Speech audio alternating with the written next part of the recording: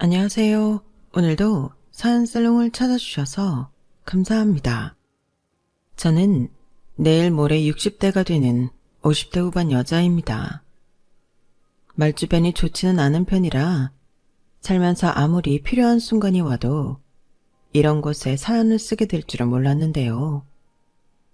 최근 저희 가족만 알고 있기에는 참 아깝다 생각이 들 만큼 극적인 일이 있었다 보니 자식들의 권유로 이렇게 용기 내어 글을 적게 되었습니다. 글을 적으려고 이런저런 사연자분들의 이야기를 둘러보니 세상 참 좋아졌다는 기분이 들더군요. 저희 때는 이런 시댁 관련 이야기를 할 수 있는 공간이 친한 친구들밖에 없었거든요. 남편한테 하소연하자니 남편이 내 이야기를 잘 들어주는 것도 아니고 자칫 잘못했다가는 가족 욕을 하는 게 되니 싸움으로 번지기 쉽더라고요. 그나마 비슷한 처지에 있는 친구들한테나 편하게 이야기할 수 있는 주제인데 다들 애 놓고 애 돌보고 하면 만날 시간이 없다 보니 어디다 풀 새도 없이 속으로만 쌓아놓게 되더라고요. 그런데 요즘은 이렇게 사연을 적어서 비슷한 일을 겪었거나 이런 이야기에 관심 있는 많은 사람들과 공유도 할 수 있고 댓글로 다양한 분들의 의견을 들을 수 있어서 참 좋은 것 같네요. 제가 젊은 시절에도 이런 매체가 있었다면 시댁살이를 하던 많은 여자들이 좀 덜 답답하게 살 수 있지 않았을까 싶기도 해요. 다들 저처럼 참고만 살지 않는다는 걸 좀 더 일찍 알았다면 제 젊은 시절을 이렇게 바보같이 희생만 하지는 않았을 텐데 그런 생각도 했고요. 요즘은 시대 분위기가 여자들이 옛날만큼 무조건 참는 게 미덕은 아니라는 분위기다 보니 제 상식엔 정말 놀랍고 파격적인 이야기도 많더군요. 그런데 이렇게 시대가 좋아졌음에도 어쩜 그렇게 시자 붙은 인간들은 한결같기만 한지 그것도 어찌 보면 참 놀라운 지점이란 생각도 했네요. 저도 그 시자 붙은 인간들 때문에 참 마음고생도 많이 하고 몸도 고생을 많이 했는데요. 사실 돌이켜보면 저희 시부모님은 며느리들을 그렇게 말도 안 되게 하대하거나 무시하지는 않으셨던 것 같아요. 다만 제가 너무 힘들었던 이유는 너무 전통적인 것에 집착을 하시고 집안 분위기 자체가 엄한 분위기라 비교적 자유롭게 자랐던 제가 적응하고 시부모님의 기대에 맞추기가 힘들었던 것 같아요. 며느리의 도리를 다 바라고 하드나 무시를 하지는 않으셨지만 그렇다고 딱히 며느리들에게 인간적으로 애정이 있으시거나 하지도 않으셨어요. 엄하고 무뚝뚝하고 차가운 옛날 어르신들의 전형적인 모습이었죠. 사실 저는 조금 자유로운 분위기의 집안에 막둥이 막내딸로 태어나 늘 화기애애한 가족 분위기 속에서 지내다가 시집을 오고 나서는 시댁에 갈 때마다 우울할 정도로 적응을 못했어요.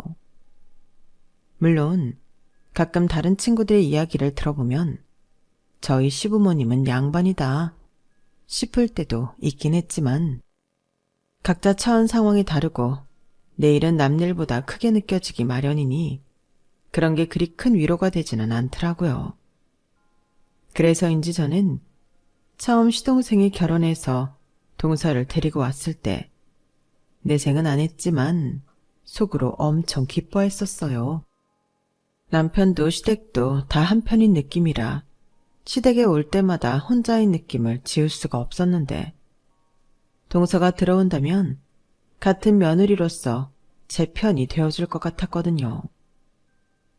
남편과 시동생이 나이차가 좀 있어서 자연히 동서와 저도 나이차가 좀 있을 수밖에 없었는데 제가 집에서 막내라 늘 동생이 있었으면 했는데 동서가 들어온다고 하니 여동생이 생기는 기분이었어요. 안녕하세요. 처음 뵙겠습니다, 형님. 그렇게 처음 동서를 만났을 때 첫인상이 아직도 기억에 남네요. 분홍색 꽃무늬 원피스를 입고 나타난 동서는 무난하고 밋밋하게 옷을 입는 저와는 달리 너무 화사하고 공주 같았어요. 주변 친구들은 다 저랑 비슷한 성향이라 그런 스타일엔 멀리서 동경만 했던 저에게 동서는 정말 신선한 존재였어요. 보기 드문 인형 같은 외모에 나이도 어리니 잘 챙겨주고 싶고 친해지고 싶은 마음이 들더라고요. 당신 그렇게 좋아? 뭐 아군이 생긴 기분인 건가? 당연하지. 당신이 내 말을 들어줘. 서방님이 내 말을 들어줘. 남자들만 있던 집안에 동서 들어오니까 분위기가 너무 화사하네. 친해지면 너무 재미있을 것 같아, 여보. 우리 나중에 동서랑 친해지면 넷이서 여행 같은 것도 가고 하면 안 돼? 나야 좋지. 친해지면 얘기해보자. 남편도 제가 좋아하는 모습을 보니 뿌듯했는지 동서에게 호의적인 모습을 보였어요. 동서가 25쯤 결혼을 했으니 남편과 제 눈엔 막내 여동생 같은 느낌이었죠. 저희 부부의 호의 때문인지 처음에는 낯설고 어색해하던 동서도 서서히 마음의 문을 여는 것 같았어요. 형님이랑 아주버님은 어쩜 이렇게 저한테 잘해주세요? 늘 감사해요. 아우, 같은 식구인데 잘해주는 게 당연하지. 친구들 보면 그렇지도 않더라고요. 못된 형님들도 많다고 하던데. 저는 정말 시댁복은 많은 것 같아요. 시부모님은 좀 엄해도 이렇게 좋은 형님이랑 아주버님을 만났으니까요. 그렇게 말해주니까 더 잘해줘야겠네. 나야말로 동서가 잘 따라줘서 너무 고마워. 동서가 아니라 예쁜 동생이 생긴 기분이야. 마음을 한번 열기 시작하니 동서는 저에게 정말 친근하게 대하기 시작하더라고요. 그동안 일방적으로 잘해주는 느낌이었다면 동서가 어쩐 기점부터는 먼저 연락도 오고 따로 약속을 잡아 만나는 일도 종종 생겼어요. 형님, 며칠 뒤에 결혼 기념일이시라면서요? 어떻게 알았어? 남편이랑 얘기하다가 이맘때쯤 결혼하셨다고 들었거든요. 아주버님이랑 뭐 하세요? 비싼 레스토랑 예약해놨다고 하길래 거기 가서 저녁 식사 정도 할 것 같은데? 와, 정말요? 너무 부럽다. 그럼 그날은 좀 예쁘게 꾸미셔야겠네요? 어허? 아니야. 낯간지럽게 뭘. 결혼 기념일이라고 꾸미고 그러는 건 신혼 때나 하는 거지. 나는 결혼한 지도 꽤 됐고 원래도 딱히 꾸미는 스타일은 아니라서. 동서도 알잖아. 형님, 신혼이 아닐 때일수록 더 특별한 날에 한 번씩 꾸며주셔야 하는 거예요. 그래야 아주버님도 설레시죠. 우리 사이에 설렘은 무슨. 연애도 오래 해서 설렘은 없어진 지 오래야. 그리고 그렇게 꾸미는 건 동서처럼 예쁘고 날씬한 사람이나 잘 어울리지. 내가 꾸며봐야 동서 같은 느낌이 나겠어? 세상에, 아니에요 형님. 아무리 부부 사이라도 어느 정도 외모 관리는 해야 서로 안 찔리고 금슬도 오래 간다고요. 뭐 부부 사이에 아예 영향이 없진 않겠지만 그것도 뭐 꾸며본 사람이 꾸밀 줄 알지. 나는 평생 무난한 것만 입고 화장도 많이 안 하고 살았어서 꿈이라고 해도 막상 어떻게 꾸며야 할지 몰라. 괜히 뭣도 모르고 촌스럽고 안 어울리게 멋부리는 것보단 평소처럼 평범하게 다니는 게 낫지. 제가 도와드릴까요? 저 정말 누구 꾸며주는데 소질 있는데. 됐어. 그렇게까지 안 해도 돼, 동서. 갑자기 꾸미고 나타나면 나 죽는 줄 알고 남편 기절하겠다. 그러니까요. 아주버님 기절 한번 시켜드려야죠. 이왕 이렇게 된 거 저랑 쇼핑도 하고 데이트도 해요. 저 쇼핑 진짜 좋아하거든요. 그럼 그럴까? 알겠어. 동서는 언제 시간 되는데? 처음엔 결혼기념일에 맞춰 저를 꾸며주겠다고 성화인 동서와 만나서 시간도 보내고 친해질 겸 겸사겸사 약속을 잡았어요. 그런데 동서는 정말 작정한 사람처럼 저에게 옷도 골라주고 화장품도 골라주더라고요. 확실히 잘 꾸미는 사람이라 그런지 골라주는 것마다 확실히 원래 쓰고 입던 것보다 훨씬 저한테 잘 어울리는 느낌이 들어서 신기하더라고요. 와, 형님, 너무 예쁘신데요? 형님이 보셔도 그렇지 않아요? 앞으로 이렇게 다니세요. 그러게 동서, 역시 꾸며본 사람이 꾸며주니 다르네. 고마워. 오늘 밥은 내가 살게. 동서는 뭐 필요한 거 없어? 오늘 내 것만 너무 사서. 혹시 갖고 싶은 거 있으면 하나 사줄게. 정말요? 역시 형님이에요. 그날 고마운 동서 마음에 드는 눈여겨봤던 원피스 한 벌을 선물하고 밥도 든든하게 먹여서 보냈어요. 여보, 오늘 뭐야? 평소랑 많이 스타일이 다르네. 특별한 날이니까 좀 꾸며봤지.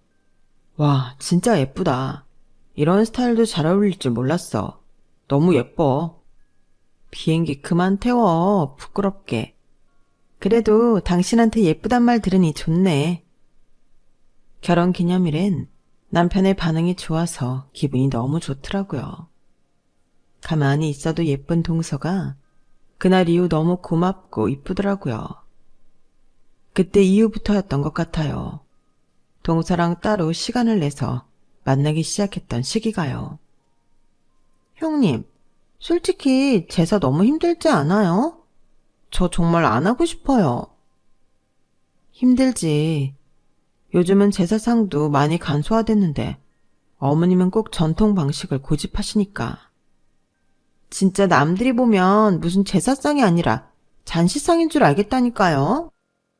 저는 요리도 잘 못하는데 지난번에 형님이랑 어머님 하시는 거 보고 진짜 깜짝 놀랐잖아요. 제사를 그렇게 성대하게 지내는 줄 알았으면 이 집에 시집 안 왔을 텐데. 남편은 결혼 전까지 그런 얘기는 완전 입 싹 닫고 얘기 안 해준 거 있죠? 연애할 때 제사 지낸다는 얘기라도 했으면 꼬치꼬치 물어봤을 텐데. 진짜 한 번도 얘기한 적 없어서 저는 제사 따로 안 지내는 집안인 줄 알았다니까요. 이거 완전 사기 결혼 아니에요? 아, 몰랐으면 더 그럴만하네. 나는 남편이 미리 말해줘서 알고 결혼했는데도 막상 진짜로 어머님 원하시는 대로 제사상 차려보니 감당이 안 되더라고. 동서는 몰랐으면 당황스럽고 더 힘들 수 있겠다. 아무튼 그때 제사 지내는 거 처음 보고 남편이랑 집 돌아가는 길에 얼마나 싸웠는지 몰라요. 짜증나 정말. 그때 정말 이혼할 뻔했다니까요. 형님, 저희가 나서서 어머님이랑 좀 싸워보는 건 어떠세요? 솔직히 진짜 요즘 누가 그렇게 제사 지내요? 음식이 어디가 어디, 위치인도 헷갈리는데. 어쩌다 좀 옆자리에 뒀다고 훈수 두시는 것도 그렇고. 저 진짜 평생 그렇게는 못 살겠어요. 내가 알기론 남편도 그렇고 서방님도 그렇고 이미 시부모님이랑 많이 싸웠다고 알고 있어.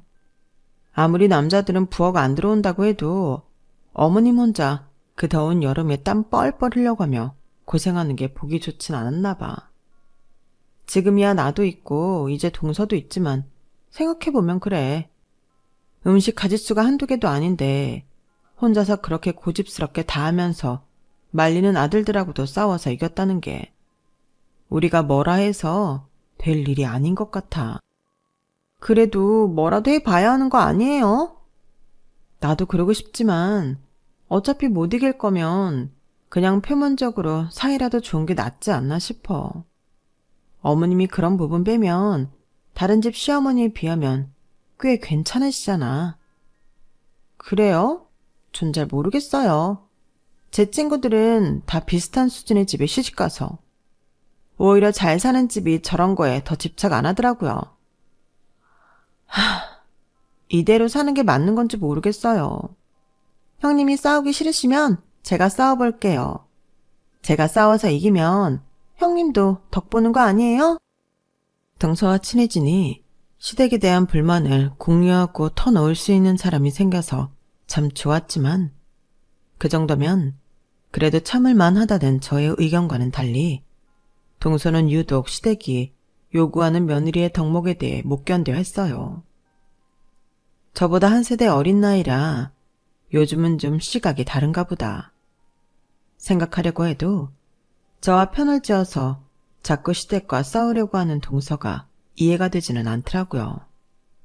동서가 저를 본인 편으로 생각하는 것까진 좋았지만 친해지고 나니 자꾸 저를 시댁과 함께 싸워줄 아군 정도로 생각하는 것 같아서 어느 순간부터 좀 부담스럽더라고요. 동서, 그래도 일단은 참을 수 있는 데까진 참아보는 게 어때? 음식 같은 건 내가 많이 도와줄게. 동서는 어머님 눈 피해서 중간중간 좀 쉬어. 아, 정말요? 그렇게 해도 돼요? 그럼. 동서도 정확할 시간이 좀 필요한 것 같아서. 나도 처음엔 정말 너무 당황스럽고 힘들었거든. 그 심정 모르는 거 아니니까 일단 싸움은 피할 수 있으면 피해보자. 겉으로라도 사이 좋게 지내는 게 낫잖아. 싸워서 사이 서먹해지면 괜히 남편들이랑도 껄끄러워지고 거기까진 가지 말자. 좋아요. 그럼 저도 형님 봐서 참아볼게요. 동서는 어린 시절 집안이 부유했어서 귀하게 자란 딸이라 그런지 몰라도 유독 본인한테 일을 시키는 걸 못 견뎠어요. 직접 말은 안 했지만 친정보다 못 사는 시집에서 왜 자기가 이런 대접을 받아야 하는지 자체를 이해를 못하고 열받아 하는 것 같았죠. 딱히 곱게 크지도 않은 저도 힘들었으니 곱게 자랐으면 더 그럴 수 있겠다 싶었어요. 그래서 최대한 집안 싸움 나지 않게 잘 중재를 해봐야겠다 싶었죠. 그렇게 약속을 하고 나서 얼마 안 있다가 금방 명절이 왔어요. 어머님, 아버님, 저희 왔어요. 그래, 어서들 와라. 먼 길 오느라 수고했다. 형님, 오셨어요? 동서, 잘 지냈지? 형님, 잠깐만 이쪽으로 와보세요. 왜? 동서가 저를 보자마자 다급하게 주방 쪽으로 끌고 들어가더라고요. 무슨 일인가 어리둥절했는데 난리가 난 부엌을 보고 나서야 이해가 됐어요. 아니, 어머님이 오자마자 저한테 요리를 시키시잖아요. 나물 같은 거 먼저 미리 해놓으라고. 아, 진짜 일찍 온 게 죄도 아니고 너무 화나는데 형님 생각해서 겨우 참았다니까요. 잘했어. 잠깐만 기다려봐. 내가 금방 도와줄게. 아니, 근데 동서, 그런 옷 입고 이래도 괜찮아? 동서가 만나자마자 저를 끌고 가서 못 봤는데 그제야 동서의 옷차림이 눈에 들어왔어요. 평소에도 옷을 좀 공주처럼 화려하게 입는 스타일이라고 생각은 했는데 그날따라 몸에 살짝 달라붙는 짧은 치마에 치렁치렁한 레이스 블라우스를 입고 왔더라고요. 누가 봐도 명절에 시댁 온 사람 같지는 않은 느낌이었달까요? 이번 명절부터 형님이 많이 도와주신다고 하셨잖아요. 그래서 옷은 입고 싶은 대로 입었어요. 혹시라도 어머님이 일 시키실까봐 예쁜 옷은 하나도 못 입고 다녔거든요. 아, 그랬구나.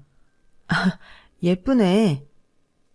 동서의 옷차림을 보니 왜 어머님께서 오자마자 일부터 시켰는지 알 것도 같았어요. 누가 봐도 전 오늘 일 안 해요 하는 놀라운 차림이라 어머님 입장에서는 이것 봐라 하셨을 수 있을 것 같더라고요. 표면적으로는 안 싸웠어도 동서가 은근하게 공격을 한 거나 다름없었어요. 하지만 그런 얘기라면 동서가 또 시댁에 불만을 가지고 폭발할까봐 차마 얘기도 못 꺼내겠더라고요. 옷차림에 대해서도 이야기를 해주고 싶긴 했는데 이미 입고 온 날 이야기하는 것보단 다음에 만나기 전에 얘기해주는 게 낫겠다 싶었어요. 그날 동서는 기껏 예쁘게 차려입고 왔는데도 오자마자 일 시키는 시댁에 너무 불만이 많았기 때문에 어떻게든 오늘만 잘 넘기자는 생각이 됐어요. 예, 너는 왜 이렇게 손이 느릿느릿? 그래서 언제 제 사진을 내?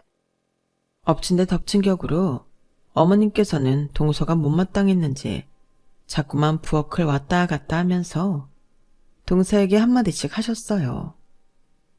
비교적 옷을 덜 더럽힐 수 있는 간단한 일들만 시켰는데도 일을 안 해본 사람이라 손이 느리긴 하더라고요. 어머님, 제가 차분하게 가르치고 있으니 걱정 마세요. 일을 처음부터 어떻게 잘하기만 하겠어요. 저한테 맡기시고 어머님은 아버님이랑 좀 쉬고 계세요. 후딱 다과상을 차려 내놓으니 그제서야 어머님은 자리 잡고 앉아 가족들과 담소를 나누셨어요. 형님, 정말 감사해요. 형님은 어쩜 이렇게 요리도 잘하시고 집안일로 야무지게 하세요? 제가 정말 한 수 배워야겠어요. 안 해보면 다 그래. 나도 처음엔 동서보다도 서툴렀어. 동서도 하나씩 배우다 보면 금방 늘 거야. 그때까진 내가 도와줄게. 정말요? 감사해요. 근데 제가 그렇게 빨리 늘지는 모르겠어요. 마음 급하게 생각할 건 아니니까 너무 걱정하지 마. 천천히 늘면 되지 뭐. 그땐 그렇게 아무렇지 않게 생각했지만 시어머니의 감시를 피해 일 안 하는 동서의 일을 도와주는 건 생각보다 피곤하고 힘든 일이었어요. 전 제가 워낙 어머님께 엄하게 배워서 그런지 같은 여자로서 동서가 굳이 그런 일을 겪게 하고 싶지는 않더라고요. 그래서 어머님께서 동서를 직접 가르치거나 잔소리 하실 일 없게끔 웬만하면 제 선에서 다 가르치고 일을 끝내려고 노력했어요.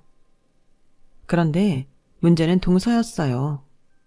처음에는 눈물까지 그렁그렁하며 고마워하던 동서가 점점 일을 가르쳐주려고 해도 시큰둥해하며 하기 싫은 티를 내기 시작했거든요. 형님, 저 오늘은 전 부치는 건 좀 빼주시면 안 될까요? 이 많은 종류의 전을 나 혼자 어떻게 다 부쳐? 왜, 무슨 이유라도 있어? 아니, 오늘 입은 옷이 진짜 마음 크게 먹고 산 완전 아끼는 원피스거든요. 근데 전 부치면 기름이 많이 튀니까 비싼 옷 망칠까봐요. 당연히 앞치마 해야지. 앞치마 줄게. 아니면 여보로 챙겨온 거 있는데 내 반팔티 빌려줄까? 아니요. 저 피부가 예민해서 다른 사람 옷 잘 못 빌려 입어요. 그냥 전만 좀 빼주세요. 나머지는 제가 다 할게요. 네? 동서, 이제야 좀 나 도와줄 만하게 가르쳐놨는데 옷 때문에 일 안 한다고 하면 어떡해. 전 혼자 붙이는 건 시간도 너무 오래 걸리고 무리야. 둘이서 같이 해도 힘든데 아예 손 떼버리면 감당할 자신이 없어. 그럼 어떡해요. 이 원피스 이제 단종돼서 버리면 다시 사지도 못하는데 형님이 책임지고 다시 구해주실 건 아니잖아요. 동서, 말 웃기게 한다. 내가 그걸 왜 구해줘? 그러니까요. 그래서 오늘만 봐달라고 했잖아요. 그리고 솔직히 전 붙여봤자 손도 느린데 몇 개나 붙인다고요. 맨날 못생기게 붙여서 어머님한테 혼나긴 하는데 이럴 땐 서로 도와주시면 좋잖아요. 참 그렇게까지 이야기하는데 끝까지 잡아다 앉혀놓고 전 붙이라고 강요는 못하겠더라고요. 처음부터 어머니께 맡겼으면 이런 꼼수도 못 부렸을 텐데 열심히 알려주면 저한테 미안하고 고마워서라도 당연히 일이 익숙해지면 나중에는 발벗고 나서서 도우려고 할 줄 알았어요. 세상에는 다양한 인간군상이 있다는 걸 제가 잠시 잊었던 거죠. 뒤늦게 정신을 차렸을 땐 동서는 매번 이 핑계 저 핑계 대며 일에 빠져있고 저 혼자 일을 하고 있더라고요. 이제 와서 이런 걸 시부모님한테 이야기하기엔 그동안 마음 좋은 형님인 척을 너무 해서였는지 말을 도저히 못 꺼내겠더라고요. 뭐라고? 이때까지 당신 혼자 일을 다 하고 있었단 말이야? 난 왜 몰랐지? 내가 내색을 안 했으니까. 식구들 앞에서 티내기엔 어머님이 가만히 안 계실 것 같고. 나라도 부르지 그랬어. 당신 부르면 어머님이 가만히 있으시겠어? 더 난리 나지. 정말 복잡하다. 내가 재수씨 불러서 한번 얘기해볼까? 됐어. 내가 이미 여러 번 좋게 타일러도 보고 화도 내보고 했는데 들을 생각을 안 하더라. 알겠다고 해놓고 다음에 또 그래. 아니, 당신이 재수씨한테 잘해준 게 얼만데 이래. 진짜 사람이 너무하네. 그래도 그렇게 일할 때 쏙 빠지는 것만 빼면 괜찮은 것 같긴 한데. 아니, 그럼 뭐 하냐고. 잘해주는 것처럼 하고 가족들 몰래 일은 당신 다 시키는데. 아무래도 내가 지켜봐야겠어. 그냥 하소연할 데가 없어서 말한 거야. 괜히 어머님한테 가서 얘기하지 마. 나도 동서랑 관계라는 게 있는데. 관계는 무슨... 답답한 마음에 남편에게 털어놨다가 남편이 하도 노발대발 하는 바람에 당장이라도 식구들에게 알리겠다는 걸 막느라 혼이 빠졌어요. 그 이후로는 정말 아무한테도 말을 안 하게 되더라고요. 괜히 일 키워서 집안 시끄러워지는 게 싫더라고요. 그러던 어느 날 어머님이 며느리들만 따로 불러 식사를 하자고 한 날이 있었어요. 어머님, 어쩐 일로 저희 둘만 따로 부르셨어요? 다른 게 아니라 내가 너희 둘에게 고마운 게 참 많다는 생각이 들어서. 우리 며느리들 늘 고생이 많은데 맛있는 밥 한 끼 따로 사준 적 없는 것 같아서 불렀다. 어머, 저희가 뭘요? 특별히 잘해드린 것도 없는데. 무슨 소리냐? 너희 정도면 정말로 참한 며느리들이 들어온 거지. 내가 참 다른 건 몰라도 어디 가면 덕분에 며느리 복은 많다는 소리를 듣는단다. 요새는 세상이 어떻게 돌아가는 건지 제사를 아예 안 지내는 집안이 더 많아지고 있다던데 나는 정말 그건 싫어서 말이지. 고생은 좀 하더라도 1년에 몇 번밖에 안 되는 거 돌아가신 분들 생각도 하고 가족들끼리 맛있는 밥도 지어 먹고 하는 게 젊었을 때 몰랐는데 나이가 드니 그게 인생의 낙이 되더구나. 너네는 아직 이해가 안 되겠지만 말이다.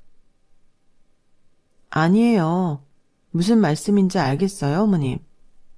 아무튼 다른 집은 이러고 싶어도 며느리들 반발이 심하고 뭐만 했다 하면 며느리 아들내미들이랑 싸움이 돼서 피곤하다는데 니네는 한 번도 그래 본 적이 없지 않니? 특히나 큰며느리한테 고맙구나. 네가 이렇게 착실하게 며느리 도리를 해주니 둘째도 이렇게 따르잖니. 둘째는 첫째 하기 나름이니까. 아닙니다. 동서도 워낙 잘 따라줘서요. 그래도 알아주셔서 감사해요, 어머님.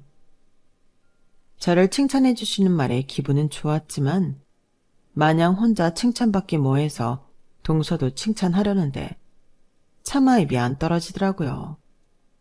겨우겨우 동서를 칭찬했는데 돌아본 동서의 표정이 잠깐 굳어 있었어요.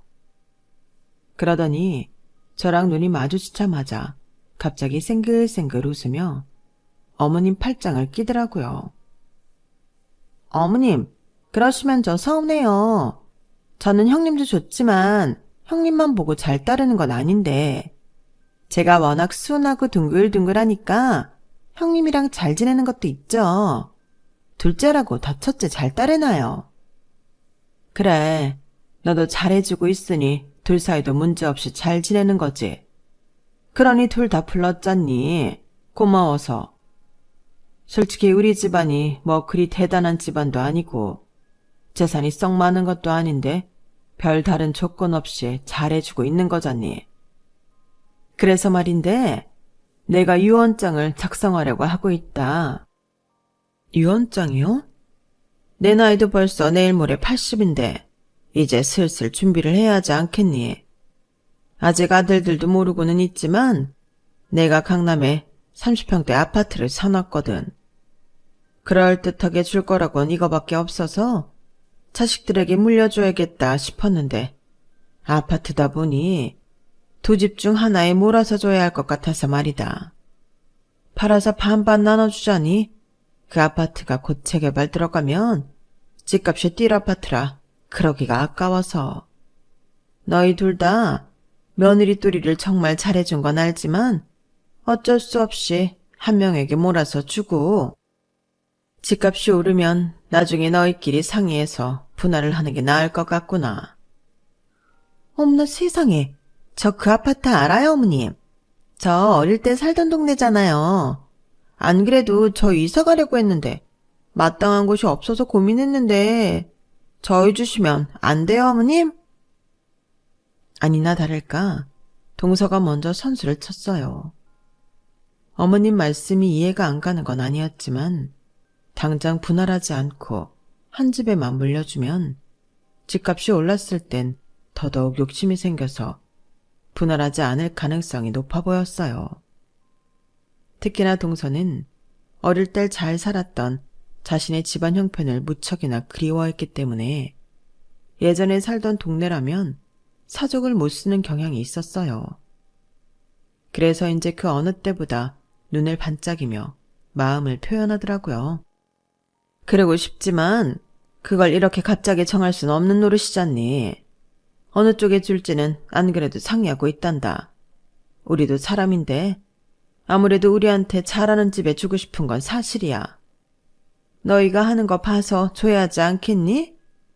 대신 못 받는다고 해도 서운하게 생각하지 말고 나중에 니네끼리 상의해서 나누면 되는 부분이니까. 네. 전 이건 들을 때부터 말이 안 된다는 생각이 들었어요. 솔직히 그 아파트를 받게 된다면 형편이 나아지는 건 시간 문제였지만 나중에 집값이 올랐을 때 팔고 나누는 문제도 골치 아플 것 같고 무엇보다도 이걸 받기 위해 동서와 치러야 할 보이지 않는 싸움이 너무 하기 싫었거든요. 그래서 그냥 그 부분은 하늘에 맡겨야겠다고 생각했어요. 저는 누가 뭐래도 시댁에 늘 최선을 다했고 그걸 몰라주신다면 어쩔 수 없는 부분이라고 생각을 했거든요. 어머님이 그런 말씀을 하고 난 뒤로 동서는 어딘가 조금 변한 듯한 모습을 보였어요. 늘 제 뒤에 숨어서 일을 하는 척만 하던 사람이 이제는 조금 보여줘야겠다 싶었는지 어머님 앞에서 열심히 일하는 척을 엄청 하더라고요. 여보, 재수씨 말이야. 뭔가 예전이랑 좀 달라진 것 같지 않아? 이제는 일 좀 맡아서 하려는 것 같은데 이제 당신한테 미안한 마음이 좀 들었나? 미안한 마음이 들었겠어. 어머님이 잘하는 집안에 재산 물려준다고 하시니까 그거 욕심나서 저러는 거지. 아, 하긴 그렇겠네. 난 또 어떻게 갑자기 사람이 저렇게 변했나 싶었는데 확실히 그때 이후부터이긴 하네. 역시 사람 쉽게 변하는 거 아니야. 뭐 그래도 좋게 생각하자면 어머님이 그렇게 말씀하신 뒤로 내가 좀 편해지긴 했어. 맨날 뺀질거리다가 내가 화날 것 같으면 되도 않는 애교로 무마하더니 이제는 일하는 티를 내야 되니까. 예전보단 하는 일이 확실히 많이 늘긴 했거든. 덕분에 좀 덜 힘들긴 하네. 그렇게 지낸 지 2년쯤 되었을까요? 갑작스럽게 어머님께서 암에 걸리셨다는 소식이 들렸어요. 최근 계속 소화도 잘 안 된다고 하시고 살이 빠지시길래 걱정이 되어 나를 잡아 검진을 시켜드렸는데 위암 말기라고 하시더군요. 당연히 집안은 뒤집어졌죠. 말기다 보니 바로 입원을 해서 치료를 시작하셨는데 사실상 희망은 없는 상태라 몇 달 못 가서 바로 퇴원을 하셨어요. 남은 시간을 병원에 묵혀 고통스러운 항암 치료를 받는 것보다는 공기 좋은 곳으로 이사를 가서 남은 생을 보내고 싶다는 게 이유였어요. 어머님 아버님이 공기 좋은 시골로 이사 가신 뒤로 가족 모임은 예전에 비해 잦아졌어요. 어머님께서 언제 돌아가실지 모르는 상황이다 보니 신경 써드릴 게 한두 가지가 아니더라고요. 남편도 시동생도 다 조금이라도 짬을 내서 어머님과 시간을 보내려고 노력을 했고, 그건 저도 마찬가지였어요.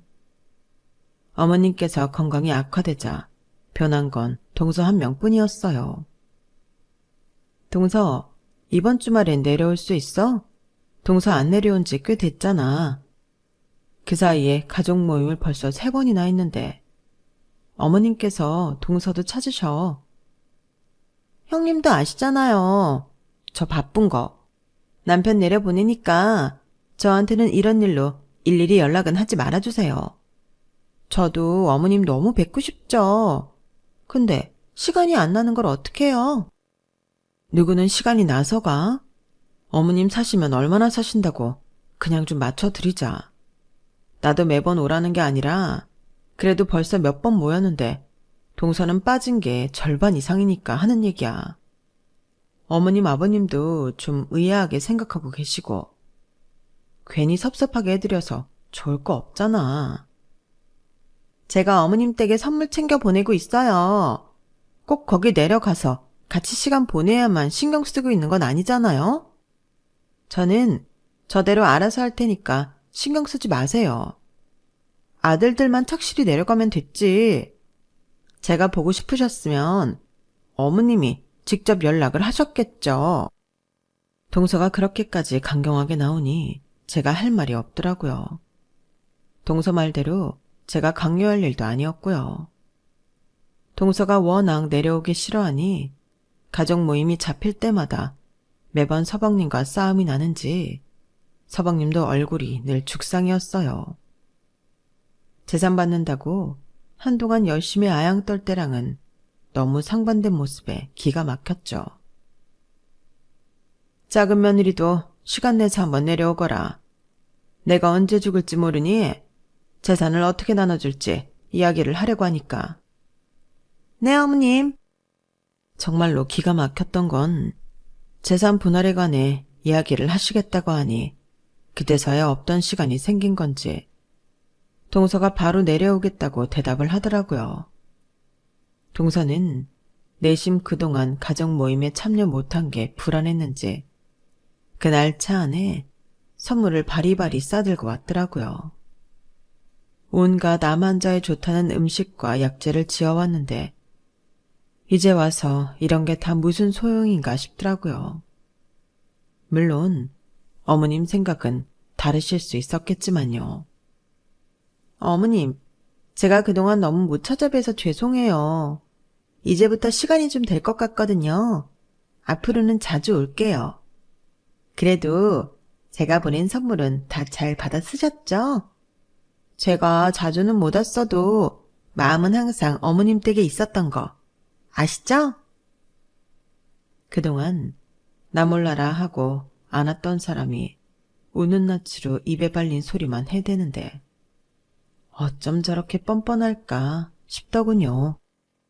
도저히 안 되겠어서 동서를 끌고 와서 조용한 데서 한 소리를 했어요. 동서, 사람이 정말 해도 해도 너무한 거 아니야? 어떻게 그동안 오라오라 해도 안 오던 사람이 재산 얘기 하신다니까 와? 아니, 저 안 오면 어머님이 돌아가시기라도 해요? 남편 꼬박꼬박 내려보냈고 형님이랑 아주버님도 계시는데 왜 이렇게 저보고 오라고 난리예요? 형님은 제가 시댁에서 고생하는 꼴을 보셔야 속이 시원하세요? 도대체 동서가 무슨 고생을 언제 했다고 그래? 매번 제사 지낼 때도 그렇고 시댁에 일 생길 때마다 나서서 처리한 건 난데 동서는 뭔 일만 생기면 내 뒤에 숨어서 같이 일한 척하기 급급했잖아. 어른들 앞에서 티 안 내고 동서 뺀질거리는 거 뒤봐준 건 나야. 그냥 와서 얼굴 도장 찍고 시간이나 같이 보내다 가라는데 그게 그렇게 어려워? 네, 어려워요. 제가 무슨 애틋한 감정이 있다고 그렇게 자주 와요.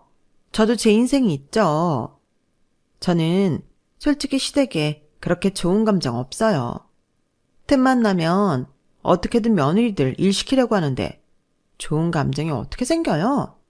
형님까지 이러시면 저 진짜 형님도 안 봐요? 말문이 턱 막히더라고요. 그래서 100번 양보해서 저랑 안 보고 살아도 그만이긴 하지만 그냥 그 대목에서 저랑은 정말 대화가 안 통하는 종류의 사람이라는 벽이 확 느껴졌어요. 여기서 더 싸워봤자 제 손해라는 생각이 들더군요. 그래서 더 이상 얘기하지 않고 자리를 나와버렸어요. 둘 다 감정이 상해서 어색하게 있는데 잠깐 후에 어머님이 저희를 다 자리에 앉히시고 이야기를 시작하셨어요. 내가 전에 말했던 그 아파트 말이다. 그건 둘째네가 가지면 어떨까 싶은데? 네? 정말요?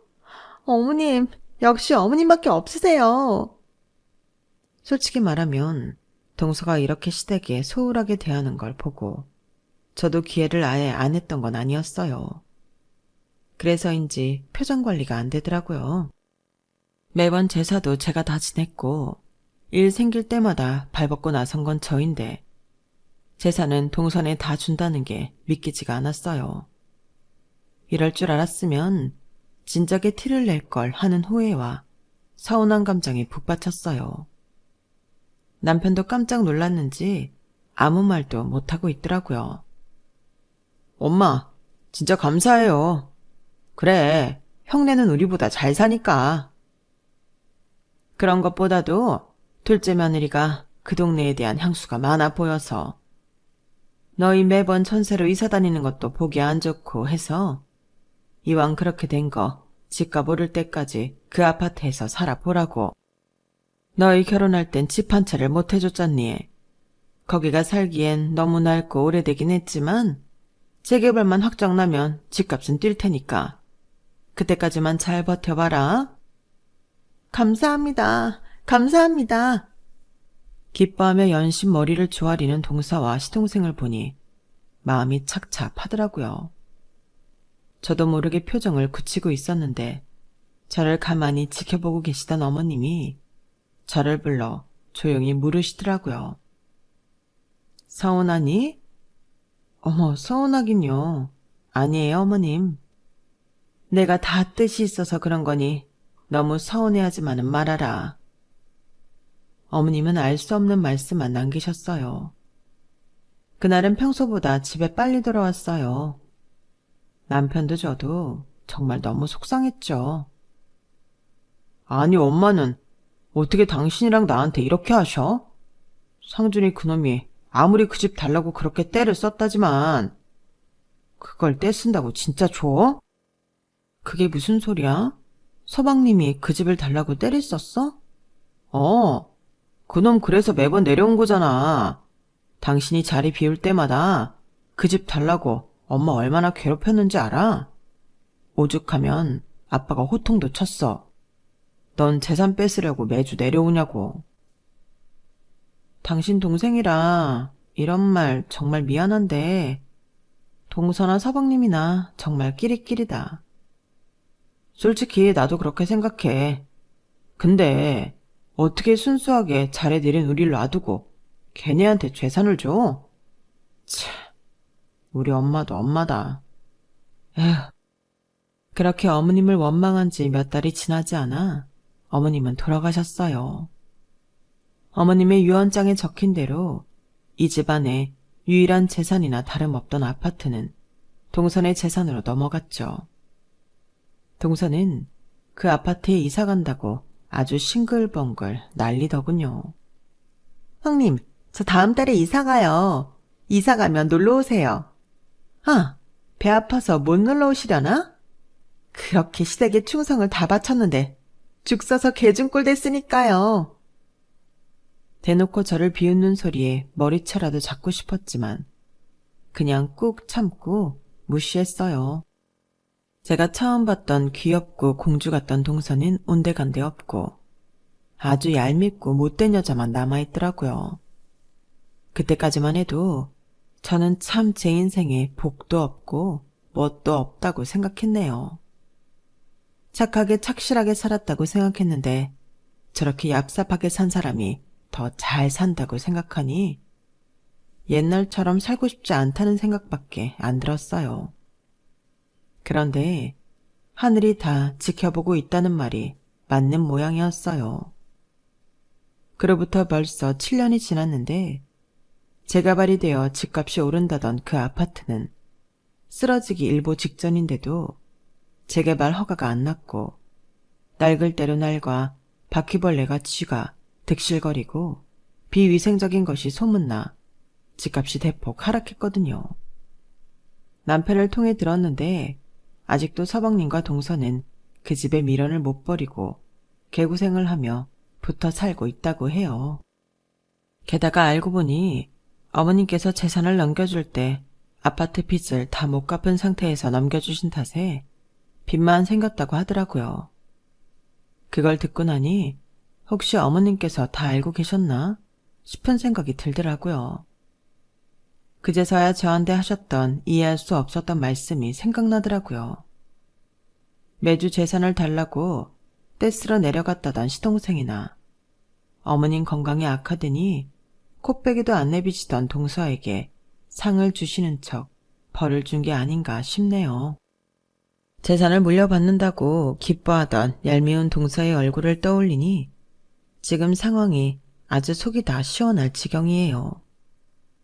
그 뒤로 만나지는 않고 있지만 이대로 영원히 안 만났으면 싶네요.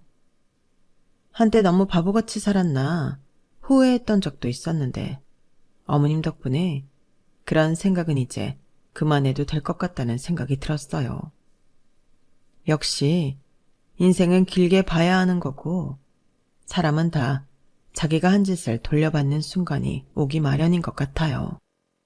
늘 그랬던 것처럼 욕심 많이 내지 않고 열심히 인생 살아보려고 합니다. 제 이야기 함께 해주셔서 고맙습니다. 매일매일 행복하세요. 여러분, 사연 댓글에 응원과 현명한 조언 부탁드려요. 좋아요와 구독은 저에게 큰 힘이 됩니다. 오늘도 좋은 일 가득하세요.